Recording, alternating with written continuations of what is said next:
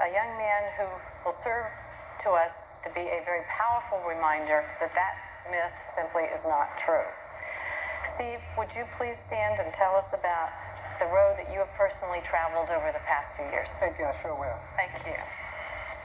My first bout with depression occurred just a few years ago. I recall it very vividly.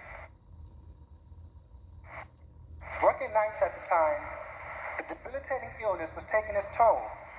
I was seriously depressed and had to leave work.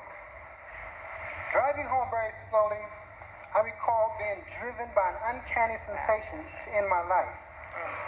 I stopped at my parents' house and picked up a sharp knife. Then I drove to a quiet place. Fighting the urge to end my life, I stopped and cried out by blowing my horn. 2 Catholic University students came out after calling the police. The police responded swiftly. I told the police officers, I just need a little rest and relaxation. Immediately after giving them the knife, they handcuffed me and pushed me face down into the police car. I felt like a criminal. They took me to the hospital for a short time. Then they decided to have me taken to a psychiatric treatment ward. What's going on, Doc? I asked. You are losing your mind, is what he said. I asked the doctor, did I say or do anything that made you come to that conclusion? Because I was a harm to myself, they sent me to a psychiatric ward and treated me with medication. I was diagnosed as having clinical depression.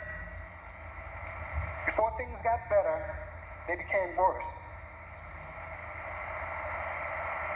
I lost all ability to read and write. To get away from it all, I moved to Connecticut, stayed with relatives. But that was short-lived. I relapsed when the medication lost its potency. Again, I attempted to end my life by taking all of my medication and a jug of water. Again, I cried out for help and was taken to a hospital. Not long after I returned to Washington and moved back with my parents, eventually the doctors found a proper combination of medication to treat the depression. Later, quite surprised, I learned of Social Security's disability policy through vocational rehabilitation about going to school. This is an effort to help mentally disabled persons to get back on their feet and back to work. I had always had a burning desire to get a formal education. What schools can I attend, I asked. They said this, that, the other. What about Howard University? Yes, even Howard University. Hello. That was the ticket. I felt my life was back on track. No doubt about it. We, the mentally challenged, have to work harder to achieve our goals. But when we achieve our goals, that makes the victory all the more sweeter. What am I saying?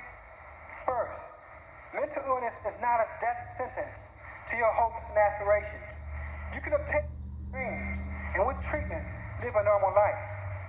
Secondly, mental illness is nothing to be ashamed of.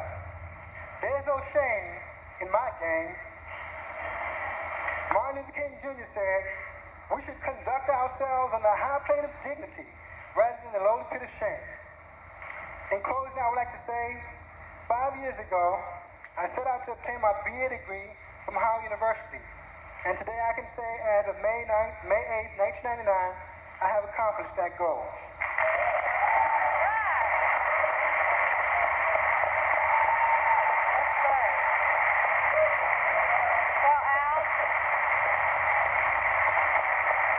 Congratulations.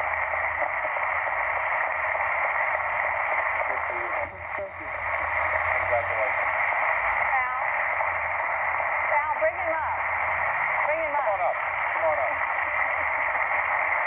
Okay. I want you to hold that picture up where people That's right. can see that. This is the diploma. I thought it was such a moving story and one of triumph that all of us would join together to give him a graduation present and wish him well. This is for you. This is for you from us, okay? Thank you. Congratulations. Thank you. You're welcome. Happy graduation. Okay. You enjoy that. Help us. That's yours. Take it down. Thank you. Okay. All right. And that is certainly the note that we want to end our conference on, one of hope and optimism. I understand Steve already has a job as a paralegal and is thinking of going on to law school, and that is absolutely, isn't that terrific? That's fantastic.